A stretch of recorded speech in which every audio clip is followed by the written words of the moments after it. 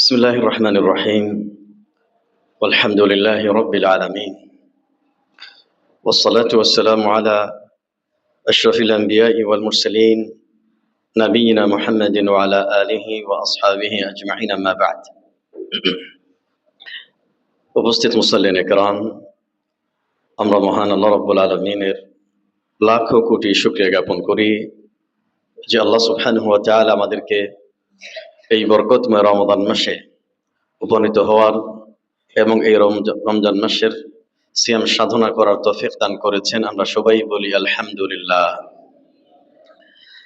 মহান আল্লাহ সুবহানাহু ওয়া তাআলা তার কোরআনুল কারীমের মধ্যে ইরশাদ করেছেন, তোমরা মহান আল্লাহ সুবহানাহু ওয়া তাআলার করুণায় কৃপায় শুকরিয়া আদায় করো, তোমরা আনন্দ করো, তোমরা আনন্দ উপভোগ করো যে আল্লাহ সুবহানাহু ওয়া তাআলা তোমাদেরকে এই বরকতময় রমাদান মাসে উপনীত হওয়ার তৌফিক দান করেছেন।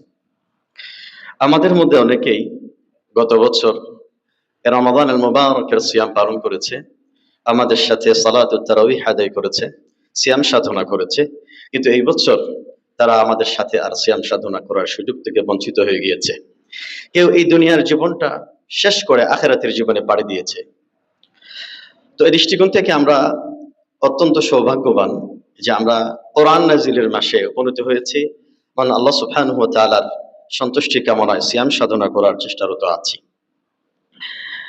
আমার সম্মানিত উপস্থিত মুসল্লিন একরাম, আজকে আপনাদের সামনে একটি গুরুত্বপূর্ণ টপিক নিয়ে আলোচনা করব ইনশাআল্লাহ তাআলা। আজকের বিষয়বস্তু আমরা নির্ধারণ করেছি যেমন ছিল মুহাম্মাদুন সাল্লাল্লাহু আলাইহি ওয়াসাল্লামের রমাদান। তিনি কেমন ছিলেন রমজান মাসে, তিনি কিভাবে সময় অতিবাহিত করেছেন, কোন কোন প্রোগ্রামে তিনি আঞ্জাম দিয়েছেন, এই বিষয়টি আমাদের জানার প্রয়োজন আছে কিনা বলে আছে। তার কারণ মহান আল্লাহ সুবহানাহু ওয়া তাআলা আমাদের প্রিয় নবী মুহাম্মাদুন সাল্লাল্লাহু আলাইহি ওয়াসাল্লামকে আমাদের জন্য উত্তম আদর্শ হিসেবে তিনি উল্লেখ করেছেন। আল্লাহ সুবহানাহু ওয়া তাআলা তিনি বলেছেন, লাকাদ কানা লাকুম ফি রাসূলিল্লাহি উসওয়াতুন হাসানাহ। নবী মুহাম্মাদুন সাল্লাল্লাহু আলাইহি ওয়াসাল্লামের রিসালাতের জিন্দেগীর মধ্যে তোমাদের জন্য উত্তম আদর্শ রয়েছে। কি আদর্শ রয়েছে? উত্তম আদর্শ রয়েছে। এই নবী মুহাম্মাদুন সাল্লাল্লাহু আলাইহি ওয়াসাল্লাম তিনি রমজান মাস উদযাপন করেছেন, সিয়াম সাধনা করেছেন। কিভাবে করেছেন, তার প্রোগ্রামটা কেমন ছিল, তার ইবাদতটা কেমন ছিল, কোন পদ্ধতিতে তিনি ইবাদত করেছেন, এই বিষয়টি আপনাদের সামনে কোরআন এবং সুন্নাহের আলোকে আমরা আলোচনা করব ইনশাআল্লাহ তাআলা।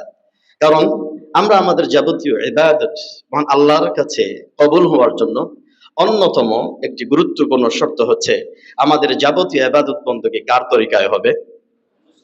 মুহাম্মাদুন সাল্লাল্লাহু আলাইহি ওয়াসাল্লামের তরিকায় হবে। তার তরিকার বাইরে গিয়ে, তার আদর্শের বাইরে গিয়ে কোনো ইবাদত বندگی আল্লাহর দরবারে কবুল হবে না।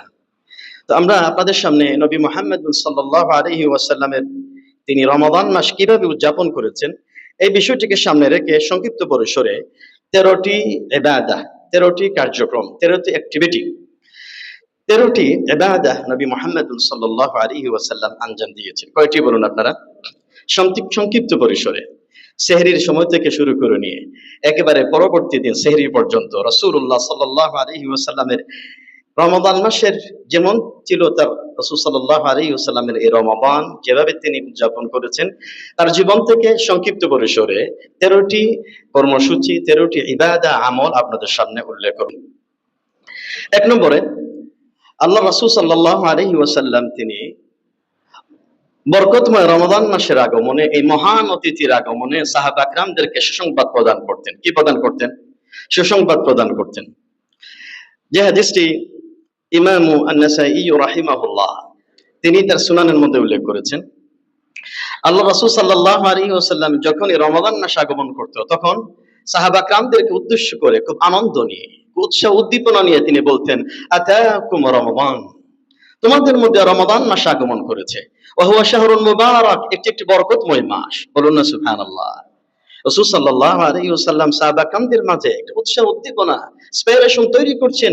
ওহে সাহাবা کرام, তোমরা কিন্তু এটাকে স্বাভাবিক মাস হিসেবে মনে করো না। এই মাসটির মধ্যে আল্লাহ রাব্বুল আলামিন কোরআন নাযিল করে দিয়ে পুরো মাসটিকে আল্লাহ রাব্বুল আলামিন বরকতময় করে দিয়েছেন। এই বরকতময় এমন একটি মাস, যে মাসের আগমনে মহান আল্লাহ রাব্বুল আলামিন নবী মুহাম্মদ সাল্লাল্লাহু আলাইহি ওয়াসাল্লাম তারপরে বললেন, তুফতাহু ফীহি আবওয়াবুস সামা। এই রমজান মাসে এতই বরকতময়, আকাশের দরজাগুলি আল্লাহ রাব্বুল আলামিন উন্মুক্ত করে দেয়া দেন। ওয়া তুগলাকু ফীহি আবওয়াবুল জাহিম, এবং জাহান্নামের দরজাগুলি আল্লাহ রাব্বুল আলামিন বন্ধ করে দেয়া দেন। ওয়া তুগাল্লু ফীহি শায়াতিন, এবং এই মাসে সব শয়তানগুলিকে আল্লাহ রাব্বুল আলামিন শৃঙ্খলিত করে দেয়া রাখেন। শুধু তাই নয়, রাসূল সাল্লাল্লাহু আলাইহি ওয়াসাল্লাম তিনি বললেন, লিল্লাহি ফীহি লাইলাতুন খায়রুম মিন আলফি শাহর। এই মাসে এমন একটি রাত, যে রাতটি হলো হাজার মাসের চেয়ে উত্তম একটি রাত। রাসূল সাল্লাল্লাহু আলাইহি ওয়াসাল্লাম বলেন, মান হুরিমা খায়রাহা ফাকাদ হুরিম। এই রাতের কল্যাণ থেকে, এই রাতের বরকত থেকে যারাই মাহরুম হবে, সে প্রকৃত বঞ্চিত মাহরুম হয়ে যাবে। আমার সম্মানিত মুসল্লিন ইকরাম, নবী মুহাম্মদ সাল্লাল্লাহু আলাইহি ওয়াসাল্লামের রমাদান মাসের আগমনে তার সুন্নত ছিল, তার আদর্শ ছিল, একে অপরকে বরকতের দোয়া করতেন, একে অপরকে বরকত মাসের, রমাদান মাসের শুভেচ্ছা বিনিময় করতেন। এই জন্য আমরা যদি একজন আরেকজনকে বলি রমাদানুল মুবারক বা বরকতময় রমাদান, এটা সুন্নাহ সম্মত বলা হবে, এটা বেদাত হবে না। তবে রমাদান কারীম বা অন্য কোনো শব্দ না বলাই ভালো, যেহেতু রাসূল সাল্লাল্লাহু আলাইহি ওয়াসাল্লামের জীবন থেকে কি এসেছে, রমজান কারীম আসছে না রমজান মুবারক আসছে? রমাদান মুবারক আসছে। 2 নম্বরে, নবী মুহাম্মদ সাল্লাল্লাহু আলাইহি ওয়াসাল্লামের রমাদানুল মুবারকে তার কর্মসূচি, তার অ্যাক্টিভিটি ছিল, নবী মুহাম্মদ সাল্লাল্লাহু আলাইহি ওয়াসাল্লাম এই রমাদান মাসে সিয়াম সাধনা করার ক্ষেত্রে গুরুত্ব সহকারে সাহরির খাবার গ্রহণ করতেন। কিসের খাবার গ্রহণ করতেন? সাহরির খাবার গ্রহণ করতেন। নবী মুহাম্মদ সাল্লাল্লাহু আলাইহি ওয়াসাল্লামের সাহরির খাবার ছিল একেবারেই সাধারণ ও অনাড়ম্বর। ঘরে যা থাকতো তাই দিয়ে তিনি সাহরির খাবার গ্রহণ করতেন। তিনি নিয়মিত সাহরির গ্রহণ করতেন। নবী মুহাম্মদ সাল্লাল্লাহু আলাইহি ওয়াসাল্লাম তিনি নিজে নিয়মিত সাহরির খাবার গ্রহণ করতেন এবং সাহাবা کرامদেরকে সাহরির খাবার গ্রহণের ব্যাপারে, সাহরির খাবার খাওয়ার ব্যাপারে তিনি উৎসাহ প্রদান করতেন। তিনি বলতেন, যে হাদিসটি সহিহ বুখারীর মধ্যে বর্ণিত হয়েছে, আল্লাহ রাসূল সাল্লাল্লাহু আলাইহি ওয়াসাল্লাম বলতেন, তাসাহহারু, তোমরা সবাই সাহরির খাবার গ্রহণ করো। তোমরা সবাই কি খাবার গ্রহণ করো? সাহরির খাবার গ্রহণ করো। ইন্না ফিস সাহুরি বারাকা, কারণ এই সাহরির খাবারের মধ্যে আল্লাহ রাব্বুল আলামিন বরকত দান করেছেন। সুবহানাল্লাহ। বারাকা এমন একটি জিনিস, যে বারাকার বিষয়টি আপনি যত ইনকাম করেন, যতই আপনি উপার্জন করেন, লক্ষ লক্ষ টাকা ইনকাম করছেন, কিন্তু আল্লাহ রাব্বুল আলামিন যদি এই ইনকামের মধ্যে বরকত না দেন, এই টাকা পয়সা দিয়ে আপনি কুলাতে পারবেন না। আপনার অনেক সন্তান সন্ততি, অনেক শক্তি সামর্থ্য, কিন্তু আল্লাহ সুবহানাহু ওয়া তাআলা এই সন্তানের মধ্যে, স্ত্রীর মধ্যে, ঘরের মধ্যে যদি বরকত না দান করেন, তাহলে যতই সন্তানাদি হোক, যতই শক্তি সামর্থ্য হোক, এই সন্তান শক্তি সামর্থ্য দিয়ে কোনো কিছু আপনি আঞ্জাম দিতে পারবেন না। এই জন্য যাদের সামান্য টাকা পয়সা আছে, একজন সন্তানও আছে, যদি এই সন্তানের মধ্যে, এই সম্পদের মধ্যে আল্লাহ বরকত দান করে দেন, তার মতো পৃথিবীতে ভালো মানুষ, তার মতো পৃথিবীতে সুখী মানুষ আরেকজন হতে পারে না। এই জন্য বরকত চাইতে হবে কার কাছে? আপনারাই বলুন, বরকতের মালিক কে? আল্লাহ। এবং যে আমলের মধ্যে আল্লাহ রাব্বুল আলামিন বরকত দান করেছেন, যে আমলের মধ্যে রাসূলুল্লাহ সাল্লাল্লাহু আলাইহি ওয়াসাল্লাম বরকত দান করেছেন, ওই আমলটি আমাদের বাস্তবায়ন করার প্রয়োজন আছে কিনা বলেন? আছে। এবং এই সাহরির খাবার আমাদের অনেকেই আছে যে রাত্রে এশা নামাজ বা তারাবি নামাজ পড়ে ঘুমিয়ে যান। কষ্ট করে গভীর রাত্রিতে উঠতে হবে না, এত কষ্ট করার প্রয়োজন নেই, এই জন্য এশার খাবার খেয়ে অনেকে ঘুমিয়ে পড়েন, আবার ফজরের সালাতের জন্য উঠেন। এটা জায়েজ আছে, কিন্তু সুন্নাত সম্মত নয়। এটা রাসূল সাল্লাল্লাহু আলাইহি ওয়াসাল্লামের জীবনে ঘটে যাওয়া এরকম কোন আমল প্রমাণিত নয়। রাসূল সাল্লাল্লাহু আলাইহি ওয়াসাল্লাম তিনি বললেন অন্য একটি হাদিসে, আস-সাহুরু আকলুহু বারাকাহ, সেহরির খাবার খাওয়া একটা বরকতময় খাবার। ফালা তাদউহু ওয়ালাউ আয়াজরা আহাদুকুম জুরআতাম মিম্মা, যদি তোমাদের যদি মন খেতে চায় না, অনেক সময় আছে পেট ভরা, অনেক সময় আছে না আমাদের পেট ভরে গিয়েছে আর খাবার খেতে মন চাইছে না, রাসূল সাল্লাল্লাহু আলাইহি ওয়াসাল্লাম বলেন, সেহরির সময়ের বরকত পাওয়ার জন্য এক ডুব পানি, এক গ্লাস পানি অথবা একটু বিস্কিট অথবা অন্য কিছু দ্বারাও তোমরা সেহরির খাবারটা গ্রহণ করে বরকত অর্জন করো। তার কারণ আল্লাহ রাসূল সাল্লাল্লাহু আলাইহি ওয়াসাল্লাম তিনি বলছেন, ইন্নাল্লাহা ওয়া মালাইকাতাহু ইউসাল্লুনা আলাল মুতাসাহহিরিন, যারা এই সেহরির সময়ে খাবার গ্রহণ করে, আল্লাহ রাব্বুল আলামিন এবং তার ফেরেশতারা ওই সমস্ত বান্দাদের উপরে রহমত নাজিল করেন। তাহলে আল্লাহর রহমতের প্রয়োজন আছে না নাই? আছে। এবং সেহরির সময় একটি গুরুত্বপূর্ণ খাবার, এটা আমরা অনেক সময় এই খাবারটা গ্রহণ করি না, আরব দেশে এই খাবারের যথেষ্ট প্রচলন আছে। সেটা কি? সেটা হলো খেজুরের খাবার গ্রহণ করা, খেজুর খাওয়া। রাসূলুল্লাহ সাল্লাল্লাহু আলাইহি ওয়াসাল্লাম যে হাদিসটি সুনান আবু দাউদের মধ্যে বর্ণিত হয়েছে, রাসূল সাল্লাল্লাহু আলাইহি ওয়াসাল্লাম তিনি বলেন, নি'মা সাহুরুল মুমিনি তামরু, একজন ইমানদার বান্দার সর্বোত্তম সেহরির খাবারের মধ্যে খাবারের আইটেমটা হচ্ছে খেজুর খাওয়া। কি খাওয়া বলেন আপনারা? খেজুর। খেজুরের মধ্যে যেই পরিমাণ প্রোটিন আছে, ভিটামিন আছে, এই পরিমাণ খেলে কমপক্ষে আপনি যদি প্রত্যেকটা রাত্রিকালীন সময়ে 60টি খেজুর আপনি যদি বক্ষণ করতে পারেন, বিশেষ করে আজওয়া খেজুর, রাসূল সাল্লাল্লাহু আলাইহি ওয়াসাল্লাম আজওয়া খেজুরের ব্যাপারে তিনি বলেছেন, যে ব্যক্তি প্রত্যেকটা দিন ভোরে 60টি আজওয়া খেজুর খেতে পারবে, ওই দিন ওই ব্যক্তির জন্য কোনো জিন, ভূত, পেত কোনো কিছুই ক্ষতি করতে পারবে না। তাহলে আমরা সেহরির সময়ের বরকত অর্জন করলাম এবং রাসূল সাল্লাল্লাহু আলাইহি ওয়াসাল্লামের শেখানো 60টি খেজুরের এই সুন্নতটা আমাদের জন্য আমল হয়ে গেল। এজন্য আমাদের যদি কোনো কিছু মন চায় না, তারপরেও যেন আমরা 4টি 60টি বা 5টি খেজুর খেয়েও আমরা এই সেহরির বরকতময় সেহরির সময়টা যেন আমরা উদযাপন করতে পারি। 3 নম্বরে, নবী মুহাম্মদ সাল্লাল্লাহু আলাইহি ওয়াসাল্লামের রমাদানে তার অ্যাক্টিভিটি ছিল, তার প্রোগ্রাম ছিল, তিনি ধৈর্য ও সংযমের অনুশীলন করতেন এবং তিনি তার প্রশিক্ষণ দিতেন। এই রমাদান মাস আসছে, এটা প্রশিক্ষণের একটি মাস, এটা একটি ধৈর্যের মাস, এটা একটি তাকওয়া অর্জন করার মাস, হারাম থেকে বিরত থাকার একটি মাস, ভালো ভালো কাজ করার মাস, ভালো কাজের প্রতি প্রতিযোগিতা করার মাস। এই যে আমরা রমাদান মাসে সিয়াম সাধনা করছি, আমার মন কি পরিমাণ, আমার মন, আমার শরীর, আমার হৃদয়টা পিপাসার্থ, তারপরেও আমরা কাকে ভয় করে কোনো কিছু পানাহার করি না? আল্লাহকে ভয় করে কোনো কিছু পানাহার করি না। এত পিপাসা কাতর হয়ে আছি, শরীরটা দুর্বল হয়ে আছে, শরীরে ক্ষুধার্ত হয়ে মনে মনে খাবারের অনেক ইচ্ছা আকাঙ্ক্ষা করছি, তারপরেও যে আমরা খাচ্ছি না, এটা কি আমাদের ধৈর্য কি নয়? কি নয় বলেন আপনারা? এটা একটা গুরুত্বপূর্ণ একটি ধৈর্য। ধৈর্য হলো 3 প্রকার।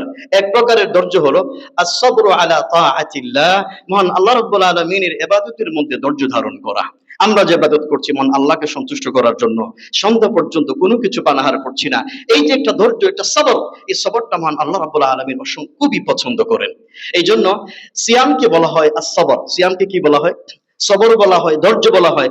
এবং যারা এই সিয়াম পালন করার ক্ষেত্রে, রোজা পালন করার ক্ষেত্রে যারা ধৈর্য ধারণ করে, সবর ইখতিয়ার করে, আল্লাহ সুবহানাহু ওয়া তাআলা তাদের ব্যাপারে সুসংবাদ প্রদান করছেন, ইন্নামা ইউওয়াফফাস সাবিরুনা আজরাহুম বিগাইরি হিসাব।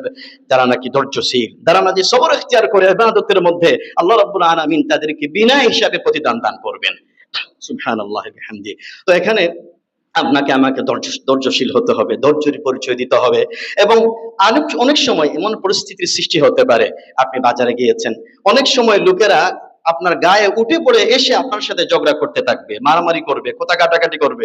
আর বিশেষ করে রমাদান মাসে প্রত্যেক মানুষেরই পেট তার উপবাস থাকে, আর পেটের মধ্যে যখন খানাপিনা থাকে না, তখন মানুষের একটু রাগ বেশি হয় না কম হয়?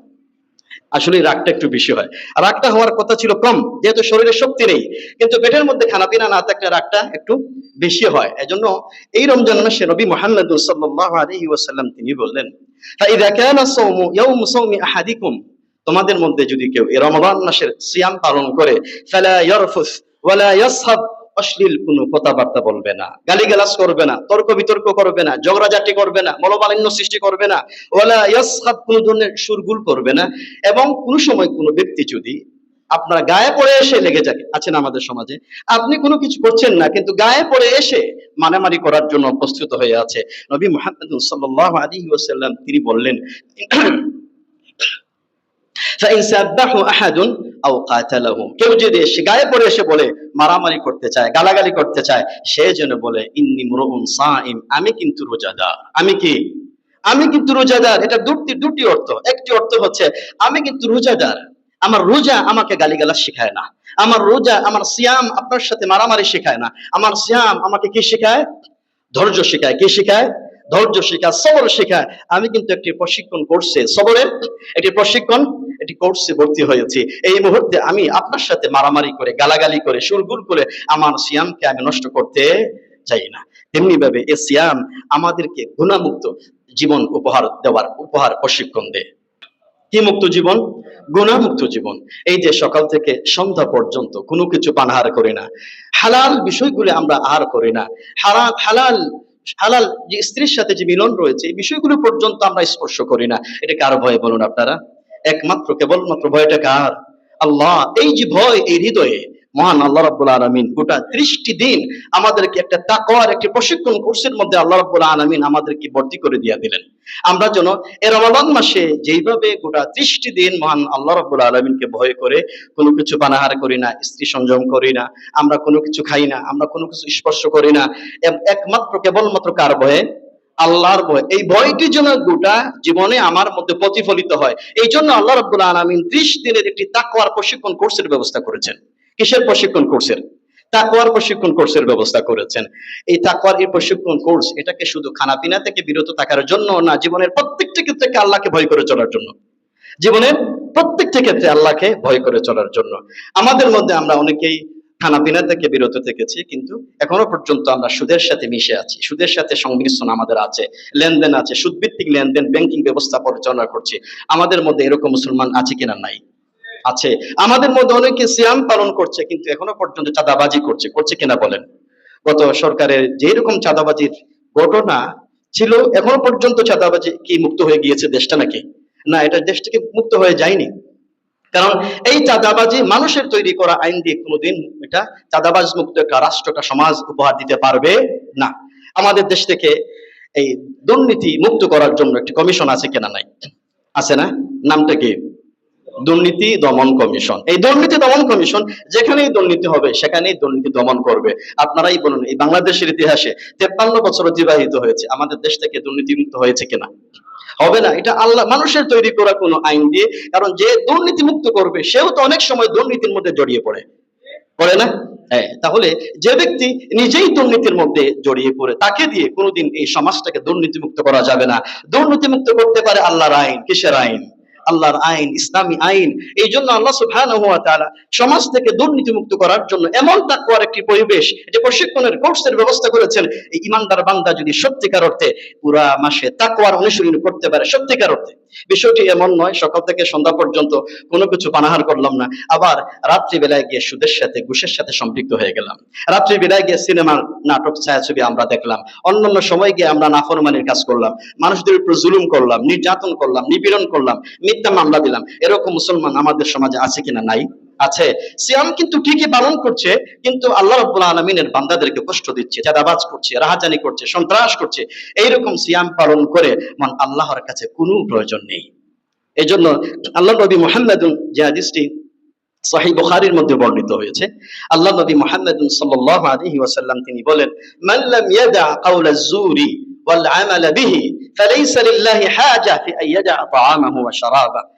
ওই ব্যক্তির খানা পিনা ত্যাগ করার কোনো প্রয়োজন নেই, ওই ব্যক্তির খানা পিনা পরিত্যাগ করার কোনো প্রয়োজন নেই। সিয়াম সাধনা করার পরেও মিথ্যা কথা বলে, সিয়াম সাধনা করার পরেও অশ্লীল কথাবার্তা বলে, গালিগালাজ করে, মানুষদেরকে কষ্ট দেয়, সুদের সাথে সম্পৃক্ত থাকে, এইরকম সিয়াম সাধনা করার কোনো প্রয়োজন নেই। এই জন্য আমার সম্মানিত উপস্থিত মুসল্লিনে কেরাম, আমরা এই তাকওয়ার এই মেসেজটা যেন আমরা উদ্ভাবন করতে পারি। কি জন্য আল্লাহ সুবহানাহু ওয়া তাআলা এই রমাদান মাসের সিয়াম সাধনাকে আল্লাহ রাব্বুল আলামিন আমাদের উপর ফরজ করেছেন। আল্লাহ সুবহানাহু ওয়া তাআলা বলেছেন সূরাতুল বাকারার মধ্যে, আমি তোমাদের উপরে এই রমাদান মাসে সিয়ামকে ফরজ করেছি যেমনি ভাবে তোমাদের পূর্ববর্তী উম্মতদের উপরও এই সিয়াম কি ছিল? ফরজ ছিল। আহলে কিতাবদের উপর সিয়াম ফরজ ছিল, ইহুদিদের উপর সিয়াম ফরজ ছিল, খ্রিস্টানদের উপর সিয়াম ফরজ ছিল।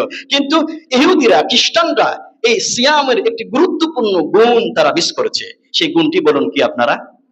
তাকওয়ার গুণ। গুণটি কি বলুন আপনারা? তাকওয়ার গুণ। এই জন্য আল্লাহ সুবহানাহু ওয়া তাআলা শেষের আয়াতে বললেন যে, কামা কুতিবা আলাল্লাযীনা মিন ক্বাবলিকুম লাআল্লাকুম তাত্তাকুন, যাতে করে তোমরা মুত্তাকি হতে পারো, তাকওয়া অর্জন করতে পারো, জীবনের সকল ক্ষেত্রে আল্লাহকে ভয় করে চলতে পারো। তোমাদের ব্যক্তিগত জীবনে, পারিবারিক জীবনে, লেনদেনে, ব্যবসা বাণিজ্যে সবকিছুতে তাকওয়ার অনুশীলন থাকবে। এটাই এই ইহুদিরা, খ্রিস্টানরা কিন্তু এই তাকওয়ার গুণাবলী তারা মিস করেছে। এই জন্য আল্লাহ সুবহানাহু ওয়া তাআলা ইহুদিদের সম্পর্কে বললেন, আকালুনা লিসুহতি, তারা বেশি বেশি হারাম ভক্ষণ করে। কি ভক্ষণ করে? বেশি বেশি হারাম ভক্ষণ করে, সুদের কারবার করে। এজন্য গোটা বিশ্বে বর্তমানে সবচাইতে সুদের কারবারের পিছনে কাদের হাত রয়েছে? কাদের হাত রয়েছে? ইহুদিদের হাত রয়েছে। গোটা জাতিকে সুদভিত্তিক একটা সমাজ ব্যবস্থায় সয়লাভ করে পরিবর্তন করে জাহান্নামের দিকে নিয়ে যাচ্ছে। তারাও কিন্তু সিয়াম পালন করতো, তারাও কিন্তু রোজা রাখতো, কিন্তু এই তাকওয়ার গুণ, এই পরহেজগারিতার গুণ মিস করার কারণে আল্লাহ রাব্বুল আলামিন তাদেরকে জাহান্নামের ঘোষণা করেছেন। কি ঘোষণা করেছেন? আমাদের মধ্যে যদি এরকম সিয়াম পালন করি, আবার তাকওয়ার গুণ মিস করি, আল্লাহকে ভয় করে চলার বিষয়টি মিস করি, তাহলে আমাদের এই গুণাবলী কাদের সাথে মিশে গেল? ইহুদিদের সাথে কাদের সাথে মিশে গেল। এই জন্য আমরা যেন তাকওয়ার এই গুণাবলীটা বাস্তবায়ন করতে পারি। আমরা যখন বক্ষণ করব, আমাদের এই জবান দিয়ে কোনো ধরনের এক ফুটা হারাম যেন বক্ষণ আমরা করতে না পারি। কি বলেন, ঠিক না? আমরা যখন কোনো কিছু লেনদেন করব, সামান্য পরিমাণ কোন সুদের সাথে কোন ধরনের সম্পৃক্ততা থাকবে না। কি বলেন, ঠিক না? এইরকম মানসিকতা যদি আমরা লালন করতে পারি, এই সিয়াম সাধনা আপনাকে এটাই প্রশিক্ষণ দিচ্ছে। আবু বকর সিদ্দিক রাদিয়াল্লাহু আনহুর ঘটনা আপনাদেরকে শোনাতে চাই। এই ঘটনাটি ইমামুল বুখারী রাহিমাহুল্লাহ আম্মা জান আয়েশা রাদিয়াল্লাহু আনহা থেকে তিনি বর্ণনা করেছেন। আবু বকর সিদ্দিক রাদিয়াল্লাহু আনহুর একজন খাদিম ছিল। ওই খাদিম আবু বকর সিদ্দিক রাদিয়াল্লাহু আনহুর জন্য কর আদায় করত, খারাজ, কর ট্যাক্স আদায় করত। একদিন আবু বকর সিদ্দিক রাদিয়াল্লাহু আনহু প্রত্যেকদিন ওই খাদিমের হাত দিয়ে নাস্তা গ্রহণ করতেন, খাবার খেতেন। তো একদিন ওই গোলাম আবু বকর সিদ্দিক রাদিয়াল্লাহু আনহুর জন্য নাস্তা নিয়ে আসলেন। আবু বকর সিদ্দিক রাদিয়াল্লাহু আনহু তিনি প্রত্যেকটা দিন যখন এই গোলামের কাছ থেকে খাবার গ্রহণ করতেন, তখন তাকে প্রশ্ন করতেন, এই খাবার তুমি কোথা থেকে এনেছো, কিভাবে তুমি উপার্জন করেছো? কিন্তু আবু বকর সিদ্দিক রাদিয়াল্লাহু আনহু হঠাৎ করে ওই দিন আবার তিনি এটা প্রশ্ন করতে ভুলে গেলেন। খাবার পরে তখন খাদিম বললেন, ইয়া খালিফাতা রাসূলুল্লাহ, হে আল্লাহর রাসূল সাল্লাল্লাহু আলাইহি ওয়াসাল্লামের খলিফা, আপনি তো প্রত্যেকটা দিন আমাকে আপনি প্রশ্ন করেন এই খাবারটা কোথা থেকে কিভাবে উপার্জন করেছে, কিন্তু আজকে তো আপনি খাবার খেলেন, আজকে কিন্তু প্রশ্ন করলেন না। আবু বকর সিদ্দিক রাদিয়াল্লাহু আনহু তিনি বললেন, বলো তো তুমি কিভাবে উপার্জন করেছো? সে বলল, কুনতু তাকাহান্তুল ইনসানিন ফিল জাহিলিয়া, আমি জাহিলিয়াতের সময় এক ব্যক্তির জন্য গণনা করেছিলাম। গণনা বুঝেন? গণনা জাদুকরের কাছে গেলে তারা ভবিষ্যৎবাণী করে, এটাকে বলা হয় গণনা করেছিলাম। তো জাহিলিয়াতের সময় আমি গণনা করেছিলাম, এই গণনার পদ্ধতি আমার জানা ছিল না। এই গণনার পদ্ধতি হয়তো শিরক মিশ্রিত পদ্ধতি হয়ে গিয়েছিল। তখন আমি এই গণনা করার পরে হঠাৎ করে কয়েকদিন পরে আমার এই গণনা ভুল ক্রমে এটা কি হয়ে গিয়েছে, প্রমাণিত হয়ে গিয়েছে। ভুল ক্রমে কি হয়ে গিয়েছে, এটা আমি যে ভবিষ্যৎবাণী করেছিলাম এটা প্রমাণিত হয়ে গিয়েছে।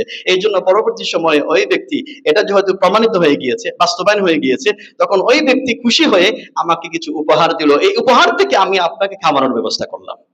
আবু বকর সিদ্দিক রাদিয়াল্লাহু আনহু শোনা মাত্রই তার মুখের মধ্যে আঙ্গুল দিয়ে সবকিছু তিনি বমি করে দিয়ে দিলেন। তিনি বললেন, এক ফোঁটা নাপাক, এক ফোঁটা হারাম উপার্জন আমার পেটের মধ্যে যেতে পারবে না। রাসূল সাল্লাল্লাহু আলাইহি ওয়াসাল্লাম বলেছেন, কুলু লাহমিন নাবাতা মিন মালিন হারাম ফান্নারু আওলা বিহি, যে কোনো একটা শরীর, আপনার রক্ত মাংস সামান্যতম কিছু হারাম দিয়ে যদি এটা বেড়ে উঠে, জাহান্নামের আগুন আপনাকে আমাকে স্পর্শ করবে। এই জন্য আমার সম্মানিত উপস্থিতি, আমরা এই রমাদান মাসের এই সিয়াম সাধনা, এই তাকওয়া যেন আমরা মিস না করি। চতুর্থ নম্বরে, মুহাম্মদুন সাল্লাল্লাহু আলাইহি ওয়াসাল্লামের রমাদান মাসের প্রোগ্রাম ছিল, অ্যাক্টিভিটি ছিল, তিনি অধিক হারে কোরআন তেলাওয়াত করতেন। কি করতেন? কি তেলাওয়াত করতেন? এটা ছিল কোরআন নাজিলের মাস। আর নবী মুহাম্মদুন সাল্লাল্লাহু আলাইহি ওয়াসাল্লাম তিনি নিজেই ঘোষণা করেছেন, রমাদানের সাথে এবং কোরআনের সাথে একটা গভীর বন্ধুত্ব আছে, একটি গভীর সম্পর্ক আছে। এজন্য আল্লাহ রাসূল সাল্লাল্লাহু আলাইহি ওয়াসাল্লাম তিনি বললেন, আল-সিয়াম ওয়াল কোরআন ইয়াশফাআনি লিল আবদি, কোরআন এবং সিয়াম বান্দার জন্য কিয়ামতের দিন সুপারিশ করবে। বলুন না সুবহানাল্লাহ। আপনি চিন্তা করুন, আপনার এই দুনিয়ার মধ্যে কত বন্ধু বান্ধব, কত আত্মীয় স্বজন, পিতা মাতা, সন্তান সন্ততি, স্ত্রী, কিন্তু কিয়ামতের দিন একজন আপনার জন্য সুপারিশ করবে না, একজন আপনার জন্য সুপারিশ করার জন্য এগিয়ে আসবে না। প্রত্যেকেই বলবে ইয়া নাফসি ইয়া নাফসি। কিন্তু কিয়ামতের দিনের এই বিভীষিকাময় অবস্থায় কোরআন এবং সিয়াম আল্লাহর দরবারে দাঁড়িয়ে যাবে। কোরআন এসে বলবে, ইয়া রাব্বি মানাতুহুন নাওমা বিল-লাইলি, আমি রাত্রিকালীন সময়ে ওই ব্যক্তি না ঘুমিয়ে কোরআন পড়েছে, আমার এই কোরআন পড়ার কারণে আপনার কাছে আমি আবেদন করছি, ফাশাফি'নি ফিহি, ওই ব্যক্তিকে যেন আমি সুপারিশ করছি, ওই ব্যক্তিকে যেন হে আল্লাহ আপনি তাকে জান্নাত দিয়ে দিন। সিয়াম এভাবে সুপারিশ করবে, অবশেষে দুইজনের সুপারিশ আল্লাহর কাছে কবুল করা হবে। এই নবী মুহাম্মদ সাল্লাল্লাহু আলাইহি ওয়াসাল্লাম যখনই রমজান মাস আসতো তখনই বেশি বেশি কোরআন তেলাওয়াত করতেন। সহিহ বুখারীর মধ্যে আসছে, নবী মুহাম্মদ সাল্লাল্লাহু আলাইহি ওয়াসাল্লাম তিনি সবসময় দানশীল ছিলেন, কোরআন তেলাওয়াত করতেন। আর যখন রমজান মাস আসতো তখন আল্লাহ রাব্বুল আলামিনের ফেরেশতা জিবরিল আলাইহিস সালাতু ওয়াস সালামের সাথে সাক্ষাৎ হয়ে যেত। আর যখনই জিবরিল আলাইহিস সালাতু ওয়াস সালামের সাথে সাক্ষাৎ হতো তখন জিবরিল আলাইহিস সালাতু ওয়াস সালামের সাথে কোরআন মুদারাসা করতেন, কোরআন পড়তেন, কোরআন গবেষণা করতেন, কোরআন নিয়ে অনুধাবন করতেন। জিবরিল আলাইহিস সালাতু ওয়াস সালাম একবার রাসূল সাল্লাল্লাহু আলাইহি ওয়াসাল্লামকে শোনাতেন, আরেকবার নবী মুহাম্মদ সাল্লাল্লাহু আলাইহি ওয়াসাল্লামকে শোনাতেন। যে বছর রাসূল সাল্লাল্লাহু আলাইহি ওয়াসাল্লাম তিনি ইন্তেকাল করেছিলেন, ওই বছর রাসূল সাল্লাল্লাহু আলাইহি ওয়াসাল্লাম জিবরিল আলাইহিস সালাতু ওয়াস সালামের সামনে দুইবার কোরআন তেলাওয়াত করেছেন। জিবরিল আলাইহিস সালাতু ওয়াস সালাম ও রাসূল সাল্লাল্লাহু আলাইহি ওয়াসাল্লামের সামনে দুইবার কোরআন তেলাওয়াত করেছেন। কারণ এই মাসটি হলো কিসের মাস? কোরআন নাজিলের মাস। কি মাস? কোরআন নাজিলের মাস। এই যে রমাদান মাসের এত বরকত, এত রহমত, এত নাজাত, বলুন তো আপনারা কিসের কারণে? এই কোরআনের কারণে। এই জন্য আমাদের যত প্রোগ্রাম আছে, আমাদের যত অন্যান্য দার্স তাদরিস আছে, হাদিস পড়া বলেন, ইসলামী সাহিত্য পড়া বলেন, এই সব কিছু আপাতত এই রমজান মাসের জন্য, কোরআন নাজিলের মাসের জন্য এটা বন্ধ করে দিয়ে দেন। ইমাম মালিক রাহিমাহুল্লাহ, তিনি যখন রমজান মাস আসতো, তিনি তো মুহাদ্দিস ছিলেন, তিনি ইমাম দারুল হিজরা, মদিনার বড় মুহাদ্দিস ছিলেন। যখন রমজান মাসে আগমন করতো, সব হাদিসের দর্শকে বাদ দিয়ে শুধুমাত্র কোরআন তেলাওয়াত শুরু করে দিয়ে দিতেন। এই জন্য ইমাম মালিক রাহিমাহুল্লাহর জীবনে পাওয়া যায়, তিনি রমজান মাসে 61 বার কোরআন খতম করতেন। কতবার? দিনে একবার, রাত্রিতে একবার, আবার সালাতু তারাউইহের মধ্যে আরেকবার কোরআন খতম করতেন। এই বিষয়টি আপনার আমার কাছে একটু কঠিন মনে হতে পারে। ইতিহাসের মধ্যে পাওয়া যায় যে উসমান ইবনে আফফান রাদিয়াল্লাহু আনহু, তিনি এক রাকাতে কোরআন খতম করতেন। তো আমি আমার উস্তাদ শেখ সাদ শুয়াইর রিয়াদে যখন জামিয়াতুল ইমামের একজন বড় প্রফেসরকে প্রশ্ন করেছিলাম যে শেখ, এই বিষয়টা আমি বুঝতে পারছি না, এক রাত্রিতে এক রাকাতে কোরআন খতম করা এটা কেমন কথা, এটা তো আমার এই ব্রেন আমার ধরছে না। তিনি বললেন, দেখো আল্লাহ সুবহানাহু ওয়া তাআলা এই কোরআন সম্পর্কে বলেছেন, হাদা কিতাবুন আনজালনাহু ইলাইকা মুবারাক, আমি কি কিতাব নাজিল করেছি? বরকতময় কিতাব নাজিল করেছি। আর আল্লাহ সুবহানাহু ওয়া তাআলা সাহাবা کرامদের সময়ের মধ্যে কোরআনের এত বেশি তেলাওয়াত করার কারণে এত বেশি বরকত দান করেছিলেন, আল্লাহ রাব্বুল আলামিন তাদের সময়ে এত বেশি বরকত দান করেছিলেন, তারা এক রাকাতে এক রাত্রিতে কোরআন খতম করার সামর্থ্য অর্জন করতে পেরেছিলেন। তাদের সময়ের মধ্যে বরকত ছিল, আমাদের সময়ের মধ্যে তো বরকত নেই। বরকত কিভাবে আসবে, যেহেতু কোরআনের সাথে আমাদের সম্পর্কটা নেই। এই জন্য কোরআনের সাথে আমাদের সম্পর্কটা বাড়িয়ে দিতে হবে। এই জন্য এই রমজান মাসে বেশি বেশি কোরআন তেলাওয়াত করুন, বেশি বেশি কোরআন বোঝার চেষ্টা করুন। এই রমজান মাসটা হচ্ছে কোরআন বোঝার মাস। কি বোঝার মাস? কোরআন বোঝার মাস, কোরআন তেলাওয়াত করার মাস। 5 নম্বরে, নবী মুহাম্মদ সাল্লাল্লাহু আলাইহি ওয়াসাল্লাম রমজান মাসে সবচেয়ে বেশি দানশীল ছিলেন। কি বেশি ছিলেন? দানশীল বেশি ছিলেন। এমনিতেই রাসূল সাল্লাল্লাহু আলাইহি ওয়াসাল্লাম তিনি দান করতেন। আর রাসূল সাল্লাল্লাহু আলাইহি ওয়াসাল্লামের সাথে যখন জিবরিল আলাইহিস সালাতু ওয়াস সালামের সাক্ষাৎ হতো, আল্লাহ রাসূল সাল্লাল্লাহু আলাইহি ওয়াসাল্লামের সাহাবী তিনি বললেন যে রাসূলুল্লাহ সাল্লাল্লাহু আলাইহি ওয়াসাল্লাম হিনা ইয়ালকাহু জিবরিল আজওয়াদু মিনার রিহিল মুরসালাতি, প্রবাহিত বাতাসের চাইতেও আর দানশীলতার মাত্রা বাড়িয়ে দিতেন। একটি হলো বাতাস, আরেকটি হলো প্রবাহিত বাতাস। জোর বেগে খুব প্রবাহিত বাতাস হচ্ছে, অর্থাৎ রাসূল সাল্লাল্লাহু আলাইহি ওয়াসাল্লামের দানশীলতার মাত্রা বোঝানোর জন্য আল্লাহ রাসূল সাল্লাল্লাহু আলাইহি ওয়াসাল্লাম এই উপমাটা দিয়েছেন। এজন্য আমরা রমাদান মাসে আমরা তো সিয়াম সাধনা করছি, ইফতারের মুহূর্তে অনেকগুলি ভালো ভালো আইটেমের খাবার আমরা গ্রহণ করতে পারছি, সেহরির সময় খাবার গ্রহণ করতে পারছি। আমাদের মধ্যে অনেক মুসলমানেরা আছে, তাদের ইফতারের মুহূর্তে পানি ছাড়া ঘরের মধ্যে আর কিছু নাই, আছে কিনা? নাই। সেহরির সময় সামান্যতম খাবার ছাড়া আর কিছু নেই। ওই সমস্ত অভাবগ্রস্ত এতিম বিধবাদের যদি আমরা সাহায্য করতে পারি, আল্লাহ রাসূল সাল্লাল্লাহু আলাইহি ওয়াসাল্লাম তিনি সুসংবাদ প্রদান করছেন, ইন্নাকুম তুনসারুনা ওয়া তুরযাকুনা বিদুআফাইকুম, তোমরা তোমাদের সমাজের মধ্যে দুর্বলদের সাহায্য করার মাধ্যমে আল্লাহ রাব্বুল আলামিন তোমাদেরকে সাহায্য করবেন, আল্লাহ রাব্বুল আলামিন তোমাদেরকে বিজয় দান করবেন। এই জন্য আমরা দুর্বলদেরকে যেন বলে না যাই। এটা কিন্তু আমাদের আপনাদের সকলের জন্য পরীক্ষা। আমরা খুব সুন্দরভাবে খেয়ে পেট ভরে ঘুমিয়ে যাই। আল্লাহ রাসূল সাল্লাল্লাহু আলাইহি ওয়াসাল্লাম তিনি 3 বার কসম করে বলেছেন, ওয়াল্লাহি লা ইউমিন, ওয়াল্লাহি লা ইউমিন, ওয়াল্লাহি লা ইউমিন, আল্লাহর কসম করে আমি বলছি, ওই ব্যক্তি ঈমানদার হতে পারে না যে ব্যক্তি নিজে পেট ভরে খেয়ে ঘুমিয়ে থাকে অথচ তার প্রতিবেশী না খেয়ে ঘুমিয়ে আছে, ওই ব্যক্তি কখনো ঈমানদার হতে পারে না। এই জন্য আমরা যেন ঈমানের পরীক্ষাটা আমরা দিই। 7 নম্বরে, নবী মুহাম্মদ সাল্লাল্লাহু আলাইহি ওয়াসাল্লাম তার রমজান মাসের অ্যাক্টিভিটি ছিল, তার আমল ছিল, তিনি রুতাব অথবা খেজুর অথবা পানি দিয়ে ইফতার করতেন। কি দিয়ে ইফতার করতেন? রুতাব। রুতাব অর্থ হচ্ছে কাঁচা শুকনা খেজুর। রুতাব অর্থ কি? কাঁচা শুকনা খেজুরকে বলা হয় রুতাব। এই খেজুরটা যদি রাসূল সাল্লাল্লাহু আলাইহি সাল্লামের সুন্নাত ছিল, এটা যদি আপনি না পান আপনি খেজুর দিয়ে ইফতার করবেন, এটা যদি না পান একটু পানি দিয়ে ইফতার করবেন। তাহলে এটা ছিল রাসূলুল্লাহ সাল্লাল্লাহু আলাইহি ওয়াসাল্লামের সুন্নাহ। 8 নম্বরে, নবী মুহাম্মদ সাল্লাল্লাহু আলাইহি ওয়াসাল্লামের তার রমাদান মুবারকে তার অ্যাক্টিভিটি ছিল, মুহাম্মদ সাল্লাল্লাহু আলাইহি ওয়াসাল্লাম তিনি ইফতারের মুহূর্তে অধিক হারে দোয়া করতেন। কি করতেন? কি করতেন? অধিক হারে দোয়া করতেন। কারণ এই মুহূর্তে আল্লাহ রাব্বুল আলামিন জাহান্নাম থেকে মুক্তি দেওয়ার ঘোষণা করেছেন। এই মুহূর্তে আল্লাহ রাব্বুল আলামিন অনেক বান্দাকে জাহান্নাম থেকে মুক্তির ঘোষণা দিয়েছেন। যে হাদিসটি ইমাম আহমদ রাহিমাহুল্লাহ তিনি বলেছেন, ইন্না লিল্লাহি তাআলা সাল্লাল্লাহু আলাইহি ওয়াসাল্লাম, ইন্না লিল্লাহি তাআলা ইনদা কুল্লি ফিতরিন উতাকা মিনান নারি, আল্লাহ সুবহানাহু ওয়া তাআলা ইফতারের পূর্ব মুহূর্তে অনেক বান্দাদেরকে জাহান্নাম থেকে মুক্তি দিয়ে থাকেন। তো যেহেতু জাহান্নাম থেকে মুক্তি দিয়ে থাকেন, এই জন্য এই মুহূর্তে এই দোয়াটা মহান আল্লাহর কাছে কবুল হয়। কি হয়? কবুল হয়। এই জন্য আমরা ইফতারের মুহূর্তে বেশি বেশি দোয়া করি। আর বিশেষ করে আমরা যে ইফতারের পূর্ব মুহূর্তে আল্লাহুম্মা লাকা সুমতু আলা রিজকিকা আফতারতু, এই দোয়াটি সহিহ কোন সনদে বর্ণিত হয়নি। আমরা ইফতারের পূর্ব মুহূর্তে অধিক হারে জেনারেল যে দোয়াগুলি আছে সেগুলি করব। ইফতারের পূর্ব মুহূর্তে শুধুমাত্র কি বলবো? বিসমিল্লাহ। কি বলবো? বিসমিল্লাহ। আরেকটি দোয়া আছে, অনেকে এই দোয়াটি ভুল করেন, যাহাবা যামা ওয়া আবতাল্লাতিল উরুকু ওয়া সাবাতাল আজরু ইনশাআল্লাহ। এটা ইফতারের আগে কিন্তু দোয়া নয়, এই দোয়াটি হচ্ছে ইফতার করার পরের দোয়া। এই দোয়ার অর্থগুলি হচ্ছে পিপাসা নিবারিত হলো, শিরা উপশিরা সিক্ত হলো। আপনি এখন ইফতারি করেন নাই, কিভাবে পিপাসা দূরীভূত হলো? এই হাদিসটি রাসূল সাল্লাল্লাহু আলাইহি ওয়াসাল্লাম এই দোয়াটি ইফতার করার পরে কি করতেন? যাহাবা যামা ওয়া আবতাল্লাতিল উরুক ওয়া সাবাতাল আজরু ইনশাআল্লাহ। 9 নম্বরে নবী মুহাম্মদ সাল্লাল্লাহু আলাইহি ওয়াসাল্লাম খুব যত্ন সহকারে সালাতুল লাইল, কিয়ামুল লাইল আদায় করতেন। এবং রাসূল সাল্লাল্লাহু আলাইহি ওয়াসাল্লামের সালাতুল লাইলের যে পদ্ধতি ছিল, পড়ার যে কোয়ালিটি ছিল, আমরা তো আমাদের সমাজে আমরা কোয়ান্টিটি নিয়ে বেশি মারামারি করি, তাই না? এটা কি 8 রাকাত হবে, এটা কি 20 রাকাত হবে, এটা নিয়ে মারামারি করার কোনো প্রয়োজন নাই, দলাদলি করার কোনো প্রয়োজন নাই। আপনাকে আমাকে চিন্তা করতে হবে রাসূল সাল্লাল্লাহু আলাইহি ওয়াসাল্লামের সালাতের কোয়ালিটি নিয়ে। কি নিয়ে? কোয়ালিটি নিয়ে, কোয়ান্টিটি নিয়ে না। রাসূল সাল্লাল্লাহু আলাইহি ওয়াসাল্লামের সালাতের পদ্ধতি কেমন ছিল, কেমন তিনি সালাত আদায় করতেন। রাসূল সাল্লাল্লাহু আলাইহি ওয়াসাল্লাম আম্মা জানা আয়েশা রাদিয়াল্লাহু আনহা তিনি বলেন, কানা রাসূলুল্লাহ সাল্লাল্লাহু আলাইহি ওয়াসাল্লাম ইউসাল্লি আরবাআন। রাসূল সাল্লাল্লাহু আলাইহি ওয়াসাল্লাম তিনি রমজান মাসে অথবা রমজানের বাহিরেও 8 রাকাত কিয়ামুল লাইল পড়তেন। কয় রাকাত পড়তেন? 8 রাকাত পড়তেন। প্রথম তিনি 4 রাকাত পড়তেন। এই প্রথম 4 রাকাতের বর্ণনা আম্মা জানা আয়েশা রাদিয়াল্লাহু আনহা তিনি বলেন, কানা রাসূলুল্লাহ সাল্লাল্লাহু আলাইহি ওয়াসাল্লাম ইউসাল্লি আরবাআন ফালা তাসআল আন হুসনিহিন্না ওয়া তুলিহিন্না। 4 রাকাতের লম্বা নামাজের বর্ণনা তোমাদেরকে আমি কি বলবো, এত সুন্দর লম্বা নামাজ তিনি আদায় করতেন। আমরা তো সামান্য সালাত আদায় করে পেরেশান হয়ে যাই, বসে যাওয়ার মানসিকতা আমাদের তৈরি হয়ে যায়। না, এই মাসটা আসছে কিয়ামুল লাইলের মাস। কিসের মাস? কিয়ামুল লাইলের মাস। এই মাসের জন্য আমরা এই সালাত বেশি বেশি যথাসময়ে গুরুত্ব সহকারে তারাবির সালাত পড়েছেন, এরপরে আরো কিছু সালাত পড়ার চেষ্টা করেন। এরপরে 10 নম্বরে মুহাম্মদুন সাল্লাল্লাহু আলাইহি ওয়াসাল্লাম এই মাসে তিনি আল্লাহকে খুশি করার জন্য খুব বেশি পরিশ্রম করতেন। কি করতেন? খুব বেশি পরিশ্রম করতেন, ইজতিহাদ করতেন।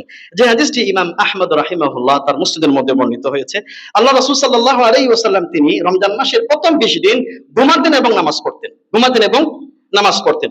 আর যখন রমজানের শেষ দশক চলে আসতো, আম্মা জান আয়েশা রাদিয়াল্লাহু আনহা তিনি বলেন, কানা রাসূলুল্লাহ সাল্লাল্লাহু আলাইহি ওয়াসাল্লাম ইযা দাখালা আল আশর, যখন রমজানের শেষ দশক আগমন করত, আহইয়া লাইলাহু, পুরা রাত জাগতেন, ওয়া আইকাযা আহলাহু, পরিবারের সকল সদস্যদেরকে জাগিয়ে তুলতেন। এটা হচ্ছিল ওয়াশাদ্দা মিজারাহু, এবং রাসূল সাল্লাল্লাহু আলাইহি ওয়াসাল্লাম ইবাদত ভালোভাবে করার জন্য কোমর বাঁধতেন। মূলত গামছা দিয়ে কোমর বাঁধার বিষয়টি বলা হয়নি, মূলত ইবাদতের মধ্যে যে কঠিন পরিশ্রম করতেন এটা বোঝানোর জন্য আম্মা জান আয়েশা রাদিয়াল্লাহু আনহা তিনি এটা বলেছেন। এইজন্য আগামী আমাদের শেষের দশক এখন থেকে প্রস্তুতি গ্রহণ করেন, পরিকল্পনা নেন। আমরা তো শেষের দশকে ঈদের জন্য কেনাকাটার জন্য ব্যস্ত হয়ে যাই। আল্লাহর ওয়াস্তে মেহেরবানি করে ঈদের যদি কেনাকাটার প্রয়োজন হয় এখন থেকে সেরে ফেলে দেন। রমজানের শেষ দশকে আমরা আমাদের পরিবার সবাই জন্য আমরা জাগ্রত হতে পারি। 11 নম্বরে মুহাম্মদুন সাল্লাল্লাহু আলাইহি ওয়াসাল্লাম রমজানের শেষ দশকে লাইলাতুল কদর তালাশ করতেন। কি করতেন? লাইলাতুল কদর কি করতেন?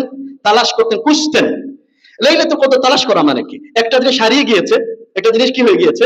হারিয়ে গিয়েছে, গুরুত্বপূর্ণ একটা বিষয় হারিয়ে গিয়েছে ঘরের মধ্যে, বাড়ির মধ্যে, এলাকার মধ্যে, গ্রামের মধ্যে। তখন আপনি পেরেশান হয়ে খুঁজবেন কি খুঁজবেন না বলেন আপনি? তো রাসূল সাল্লাল্লাহু আলাইহি ওয়াসাল্লাম তিনি কি বললেন? তাহাররাউ লাইলাতুল কদর, তোমরা লাইলাতুল কদর তালাশ করো, খুঁজো। অর্থাৎ ইবাদতের মাধ্যমে ও কঠোর পরিশ্রম করার মাধ্যমে লাইলাতুল কদর তালাশ করো। এটাই রাসূল সাল্লাল্লাহু আলাইহি ওয়াসাল্লাম বুঝিয়েছেন। এজন্য রাসূল সাল্লাল্লাহু আলাইহি ওয়াসাল্লাম বুঝিয়েছেন, তাহাররাউ লাইলাতুল কদরি ফিল আশরিল আওয়াখির মিন রমাদান, রমজানের শেষ দশকে লাইলাতুল কদর তালাশ করো। অন্য বর্ণনা আসছে শেষ দশকের বেজুর রাত্রিতে তোমরা লাইলাতুল কদর তালাশ করো। আমরা যথাসাধ্য এই লাইলাতুল কদরকে তালাশ করার চেষ্টা করব। ইতিকাফ করার যদি সুযোগ সম্ভাবনা নাও থাকে, তারপরেও আমরা এটাকে যথাসময়ে এশার পরে প্রত্যেককে নিয়ে সেহরি পর্যন্ত মসজিদে বসে কোরআন তেলাওয়াত করার মধ্য দিয়ে এই লাইলাতুল কদর তালাশ করার চেষ্টা করব। পারবো তো ইনশাআল্লাহ। 12 নম্বরে মুহাম্মদ সাল্লাল্লাহু আলাইহি ওয়াসাল্লাম তিনি রমজানের শেষ দশকে ইতিকাফ করেছেন এবং এই ইতিকাফ করাটাকে স্থায়ী অভ্যাসে তিনি পরিণত করে দিয়েছিলেন। নবী মুহাম্মদ সাল্লাল্লাহু আলাইহি ওয়াসাল্লাম যখন মদিনায় গেলেন 10টি বছর অতিবাহিত করেছেন, 10টি বছর তিনি ইতিকাফ করেছেন। এজন্য আপনাদের যাদের সুযোগ আছে এই বিশ্ব নবীর এই গুরুত্বপূর্ণ সুন্নাহকে জীবন্ত করার চেষ্টা করবেন। সর্বশেষ 13 নম্বরে মুহাম্মদ সাল্লাল্লাহু আলাইহি ওয়াসাল্লাম এই বরকতময় রমজান মাসে জিহাদ পরিচালনা করেছেন। কি পরিচালনা করেছেন? জিহাদ পরিচালনা করেছেন। রমজান মাস শুধুমাত্র তাসবিহ পড়ার মাস ছিল না। রমজান মাস শুধুমাত্র কোরআন তেলাওয়াত করার মাস ছিল না। রমজান মাসটা ছিল বাতিলের বিরুদ্ধে, অন্যায়ের বিরুদ্ধে সোচ্চার ভূমিকা, বলিষ্ঠ কণ্ঠস্বর ছিল নবী মুহাম্মদ সাল্লাল্লাহু আলাইহি ওয়াসাল্লামের রমজান মাস। এই রমজান মাসে কোন যুদ্ধ ঐতিহাসিকভাবে সংগঠিত হয়েছে বলুন আপনারা? বলুন কোন যুদ্ধ? বদর যুদ্ধ সংগঠিত হয়েছে। দ্বিতীয় হিজরির 17ই রমজান ইসলামের ইতিহাসে প্রথম কুফর এবং ঈমানের মধ্যকার পার্থক্যকারী একটি বিরাট এই যুদ্ধ সংগঠিত হয়েছিল। এই যুদ্ধে নবী মুহাম্মদ সাল্লাল্লাহু আলাইহি ওয়াসাল্লাম রোজা রাখা অবস্থায় কাফিরদের বিরুদ্ধে জিহাদ করেছিলেন। বলুন না সুবহানাল্লাহ। তেমনি ভাবে অষ্টম হিজরির 20 রমজান নবী মুহাম্মদ সাল্লাল্লাহু আলাইহি ওয়াসাল্লাম 10,000 তরবারি সাহাবা کرامদেরকে নিয়ে কি বিজয় করেছিলেন বলুন আপনারা? বলেন কি বিজয় করেছিলেন? মক্কা বিজয় করেছিলেন। এটি ছিল ইসলামের ইতিহাসে সবচেয়ে বড় বিজয়। সেই দিন নবী মুহাম্মদ সাল্লাল্লাহু আলাইহি ওয়াসাল্লাম কোন ধরনের রক্তপাত ছাড়াই মক্কাতে নবী মুহাম্মদ সাল্লাল্লাহু আলাইহি ওয়াসাল্লাম প্রবেশ করেছিলেন। কাবা ঘর থেকে সব ধরনের মূর্তিকে আল্লাহ রাসূল সাল্লাল্লাহু আলাইহি ওয়াসাল্লাম বের করে দিয়েছিলেন। এটাই ছিল ইসলামের সোনালী ইতিহাস। তাহলে আমরা আমাদের জীবন, আমরা আমাদের ইবাদত সবকিছুই আল্লাহ রাসূল সাল্লাল্লাহু আলাইহি ওয়াসাল্লামের জীবন থেকে আমরা নিতে পারি। নবী মুহাম্মদ সাল্লাল্লাহু আলাইহি ওয়াসাল্লাম যেমন ছিলেন আল্লাহর শুকরগুজারকারী, তাসবিহকারী, তেমনি ভাবে নবী মুহাম্মদ সাল্লাল্লাহু আলাইহি ওয়াসাল্লাম আল্লাহ রাব্বুল আলামিন এই দ্বীনকে আল্লাহর জমিনে প্রতিষ্ঠা করার জন্য, বাস্তবায়ন করার জন্য তিনি আল্লাহর এই জমিনে বলিষ্ঠ কণ্ঠস্বর ছিলেন, বলিষ্ঠ গুরুত্বপূর্ণ ভূমিকা পালন করেছেন। আমার সম্মানিত মুসল্লিন ইকরাম, দীর্ঘ সময় ধরে আপনাদের সামনে আমি নবী মুহাম্মদ যেমন ছিল মুহাম্মদ সাল্লাল্লাহু আলাইহি ওয়াসাল্লামের রমাদান, এই পয়েন্টে, এই বিষয়ে কয়টি পয়েন্ট আলোচনা করেছি বলুন আপনারা? 13টি। এক নম্বরে কি বলেন? মুহাম্মদ সাল্লাল্লাহু আলাইহি ওয়াসাল্লাম রমজান উপলক্ষে কি জানাতেন? সুসংবাদ জানাতেন। 2 নম্বরে কি বলেছিলেন? মুহাম্মদ সাল্লাল্লাহু আলাইহি ওয়াসাল্লাম রমজান মাসে সেহরির খাবার গুরুত্ব সহকারে গ্রহণ করতেন। 3 নম্বরে নবী মুহাম্মদ সাল্লাল্লাহু আলাইহি ওয়াসাল্লাম রমজান মাসটা তিনি ধৈর্য এবং তাকওয়ার অনুশীলন করেছিলেন। 4র্থ নম্বরে নবী মুহাম্মদ সাল্লাল্লাহু আলাইহি ওয়াসাল্লাম রমজান মাসে অধিক হারে কি তেলাওয়াত করতেন? কোরআন তেলাওয়াত করতেন। 5ম নম্বরে নবী মুহাম্মদ সাল্লাল্লাহু আলাইহি ওয়াসাল্লাম এই রমজান মাসে অধিক হারে দানশীল ছিলেন। কি ছিলেন? দানশীল ছিলেন। 6 নম্বরে নবী মুহাম্মদ সাল্লাল্লাহু আলাইহি ওয়াসাল্লাম এই রমজান মাসে তাড়াতাড়ি ইফতার করতেন। এই বিষয়টি আমার ছুটে গিয়েছিল। 6 নম্বরে কি ছিল? তিনি রমজান মাসে কি করতেন? তাড়াতাড়ি ইফতার করতেন, ওয়াক্ত হয়ে গিয়েছে আদেরি করতেন না। 7 নম্বরে নবী মুহাম্মদ সাল্লাল্লাহু আলাইহি ওয়াসাল্লাম রতাব বা খেজুর দিয়ে তিনি ইফতার করতেন। 8 নম্বরে নবী মুহাম্মদ সাল্লাল্লাহু আলাইহি ওয়াসাল্লাম এই রমজান মাসে অধিক হারে দোয়া করতেন। কি করতেন? দোয়া করতেন। 9 নম্বরে নবী মুহাম্মদ সাল্লাল্লাহু আলাইহি ওয়াসাল্লাম তিনি যত্ন সহকারে কিয়ামুল লাইল আদায় করতেন। 10 নম্বরে নবী মুহাম্মদ সাল্লাল্লাহু আলাইহি ওয়াসাল্লাম শেষ দশকে খুব বেশি পরিশ্রম করতেন। 11 নম্বরে নবী মুহাম্মদ সাল্লাল্লাহু আলাইহি ওয়াসাল্লাম রমজানের শেষ দশকে কি তালাশ করতেন? লাইলাতুল কদর তালাশ করতেন। এবং 12 নম্বরে নবী মুহাম্মদ সাল্লাল্লাহু আলাইহি ওয়াসাল্লাম তিনি শেষ দশকে ইতিকাফ করতেন। সর্বশেষ 13 নম্বরে বিশ্ব নবী মুহাম্মদ সাল্লাল্লাহু আলাইহি ওয়াসাল্লাম এই রমজান মাসে জিহাদ পরিচালনা করেছিলেন। আসুন আমার সম্মানিত মুসলিম ইকরাম, আমরা নবী মুহাম্মদ সাল্লাল্লাহু আলাইহি ওয়াসাল্লামের আদর্শের আলোকে গোটা এই 30টি দিন যেন আমরা বাস্তবায়ন করতে পারি, তার আলোকে যেন আমরা রমজানের সিয়াম সাধনা করতে পারি। মহান আল্লাহ রাব্বুল আলামিন তৌফিক দান করুন। আমরা সবাই বলি আমিন। ওয়া মা তৌফিক ইল্লা বিল্লাহ।